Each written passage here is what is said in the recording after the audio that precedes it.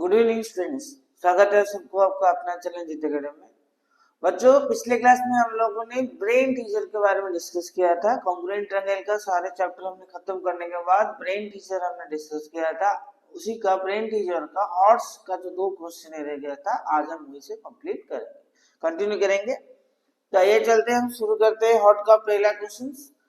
So in the given figure दिख रहा है, तो फिगर में दे रखा है AD इज इक्वल टू 80। तो पहले क्या क्या गिवन है हमको लिख लेते हैं। क्या क्या गिवन है हमको पहले को AD is equal to AE को समझना होगा। पहले दिया क्या है, तो AD is equal to AE and BD is equal to C। AD is equal to AE, BD is equal to C given है। हमको प्रूव करना है triangle AEB and triangle ADC congruent. तो ट्रायंगल कॉन्ग्रुएंट प्रूव करने से पहले हमको समझना होगा हमको कौन से क्राइटेरिया में करना होगा और क्यों करना होगा, कैसे करना होगा। तो ये दिमाग में ना तुमको आइडियलाइज करना है, तुमको विजुअलाइज करना है। अगर हमको ट्रायंगल AEB को ADC के साथ, ये रहा ट्रायंगल, ये जो ट्रायंगल है ADE और ये रहा ट्रायंगल ADC। अगर ये दो ट्रायंगल को कॉन्ग्रुएंट करना होगा, हमको 3 क्राइटेरिया जरूर चाहिए। चाहे वो RHS हो, चाहे AS हो, चाहे SAS हो, लेकिन उसी 4 क्राइटेरिया के अंदर हमको ट्रायंगल को कॉन्ग्रुएंट करना है। तब किस किस कंडीशन की जरूरत होगा और क्या क्या हमारे पास अवेलेबल है, पहले आपको देख के अगर विजुअलाइज करेंगे ADC और AEB में एंगल A कॉमन, एक पॉइंट हमको मिला। उसके अलावा ADE में देखो ADE में AD है लेकिन हमको AE है, और ADC में AD है।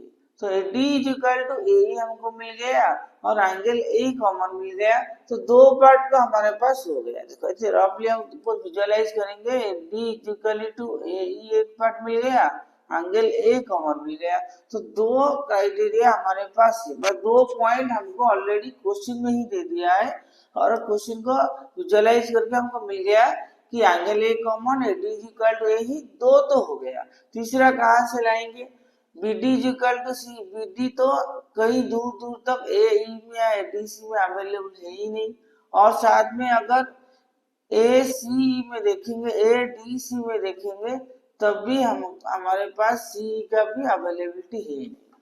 तो फिर BD is equal to C दिया क्यों है, तो ये तुम्हारे दिमाग में क्वेश्चन आया नहीं है। अगर BD और C दिया है, इसका मतलब डेफिनेटली इसका कहीं यूजेस तो होना चाहिए, तो अभी जाके हमको ट्रायंगल कॉन्ग्रुएंट कर पाएंगे। नहीं तो हमारे पास 2 क्राइटेरिया तो बड़े आसान से मिल गया है, बस थर्ड पॉइंट को हमको ढूंढना है। तो थर्ड पॉइंट को जैसे ही तुम ढूंढ लोगे ट्रायंगल कॉन्ग्रुएंट हो जाएगा। तो हमको ये मिल गया, गिवन दिया है और टू प्रूव करना है। हमको ऐसे लिखोगे, बिल्कुल सिस्टमेटिकली लिखना है। प्रूव करना है triangle AEB congruent triangle ADC, right. AEB congruent करना है ट्रायंगल ADC के साथ। अब हम प्रूव करेंगे। प्रूव करने से पहले हमको इसी 2 ट्रायंगल को कॉन्ग्रुएंट करना है, और हमने ये विजुअलाइज किया। हमारे पास AD is equal to AE और एंगल A है। 2 ऑप्शंस हमारे पास है, बस तीसरा ऑप्शन हमको कैसे ढूंढना है। तो जब तीसरा ऑप्शन ढूंढने जाएंगे, हमको जो मिला है AD is equal to AE, BD is equal to C, अगर उसको जोड़ दिया जाए एडिंग बोथ द साइड्स, तो ये दिया है AD is equal to AE and BD is equal to C। तो इनको क्या किया जाएगा, एडिंग थ्रू करेंगे, adding both the sides, both the side को इक्वेशन को ऐड कर दिया जाए तो हमको मिलेगा AD plus BD is equal to AE plus C। तो एडिशन करने से हमको मिलेगा AD प्लस BD मिलकर आ जाएगा AB and AE plus CE add करने को मिलेगा AC। तो AD और BD को ऐड करने पर हमको AB मिला, similarly AE plus CE add करने पर AC मिला। तो ये रहा हमारा सवाल। ऐड क्यों किया, तो ऐड करने पर AB इज इक्वल टू हमको AC मिला। AB बी इक्वल टू ए सी मिल गया। तो थर्ड कंडीशन हमको यहीं से मिल गया। अब हम लिख सकते हैं in between triangle AEB and triangle ADC। AEB और ट्रायंगल ADC के अंदर क्या क्या है देखो। AEB में हमारे पास AE है, AE इक्वल टू AD जो हमको दे रखा है, बिल्कुल गिवन है। दूसरा पार्ट कंडीशन क्या मिला, एंगल AEG और कॉमन। एंगल A हमारे पास कॉमन मिल गया, AE इक्वल टू AD मिल गया। और AEB में हमारे पास क्या है, AB इक्वल टू AC। ये हमने प्रूव किया। तो हो गया हमारा तीन कंडीशन सेटिस्फाई हुआ, दो साइड और एक एंगल में ट्रायंगल कॉन्ग्रुएंट हुआ। तो triangle AEB congruent with triangle ADC by SAS method.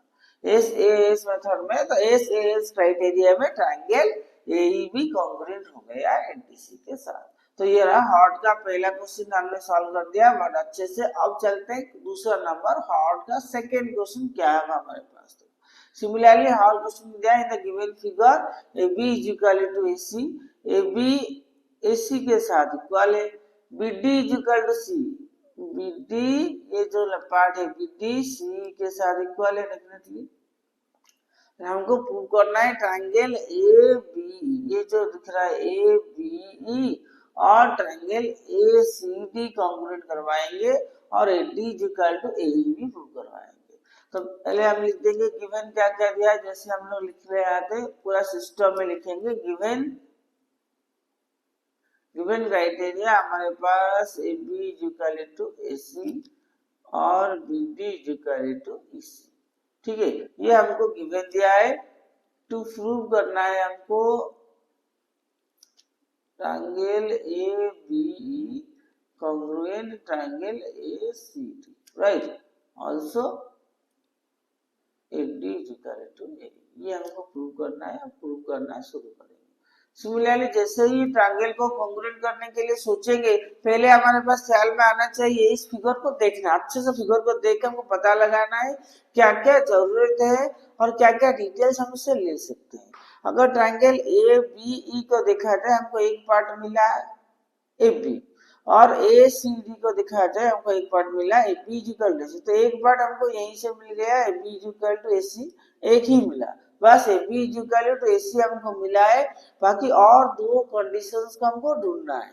बाकी ढूंढने जाएंगे तो ABC में ABE हो ABC में, ओके, चाहे AB हो ABC में AB इक्वल टू AC तो मिल गया। और कोई सेकेंड और थर्ड पॉइंट हमको दिया नहीं है। अगर ABE में देखेंगे ओनली AB है और ACE में देखेंगे ACD। देखो ABE और ACD ये वाला जो ट्रायंगल है ACD, उसके अंदर हमको और कुछ पॉइंट नहीं दिख रहा है दूर दूर तक।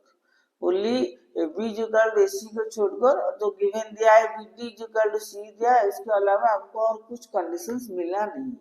लेकिन हमको अपनी तरह से इम्प्रोवाइज करके ढूंढ के लेके आना है। तो अगर देखोगे, अगर ABE में देखोगे और ACD में देखोगे, दोनों में DE पार्ट कॉमन है। दोनों में कौन सा पार्ट है, कॉमन। तो इसी को हम हथियार बनाएंगे, यूटिलाइज करेंगे। पहले हमको लिखना है that is BD equal to EC, BD equal to EC, ये वाला पार्ट गिवन है। अब हम क्या करेंगे, adding DE both part, BD plus DE is equal to EC plus DE, और साइड में लिखेंगे adding DE both the sides. वो साइड में DE अगर प्लस करेंगे हमको क्या मिलेगा, BD प्लस DE हो जाएगा BE और EC प्लस DE हो जाएगा DC। तो BE is equal to DC हमको मिला। अगर इन दोनों को एडिशन, क्यों एडिशन कर लिया, क्योंकि DE तो हमने कॉमन है, दोनों में DE कॉमन है और BD तो इसी के साथ इक्वल है, और इसमें D ऐड करेंगे उसमें D ऐड करेंगे, हमने बिल्कुल इक्वलाइज किया, किसी में कोई पार्शियलिटीज नहीं हुआ, इक्वलाइज करके हमने खत्म किया। तो BD is equal to D, BD plus D is equal to EC plus D किया। दो साइड में D करेंगे तो किसी को कोई दिक्कत नहीं है, क्योंकि हमने दोनों साइड में सेम रेशियो लिया है, किसी को ज्यादा किसी को कम नहीं किया है। तो इसीलिए हमारा आंसर आ गया BE is equal to DC, यहाँ पर कंफर्म हो गया। तो हमको एक पॉइंट मिला था B is equal to DC और दूसरा पॉइंट मिल गया BE is equal to DC। हमको तीसरा पॉइंट ढूंढना है, बस उसके बाद ट्रायंगल कॉन्ग्रुएंट हो जाएगा। तो तीसरा पॉइंट ढूंढने जाएंगे, हमने देखा ट्रायंगल ABC में AB is equal to AC, अगर इन एन आइसोस्केल ट्रायंगल, किसी भी आइसोस्केल ट्रायंगल के टू साइड्स आर इक्वल होता है, their opposite angles are equal होता है, ऑपोजिट एंगल्स आर इक्वल होता है, ये हमने ट्रायंगल चैप्टर में पहले से पढ़ रखा है। In a triangle if two sides are equal then their opposite angles are equal, that means अगर AB is equal to AC है ट्रायंगल ABC में, their opposite angle means angle B is equal to angle C होगा, right. If two in a triangle two sides are equal then their opposite angles are equal, that means angle B is equal to angle C। और यहाँ पर अब हमको third point में मिल गया। तो हमें क्या करना है, in between triangle ABE and triangle ACD, ABE and ACD में क्या क्या इक्वल है, पहले हमको मिल चुका है AB is equal to AC, और हमने यहाँ पर लिया एंगल B। यहाँ पर एंगल B नहीं लिखेंगे, पूरा नाम लिखेंगे, हो तो सिर्फ एक एंगल है, angle ABE is equal with angle ACE, ठीक है, ACD, E नहीं D।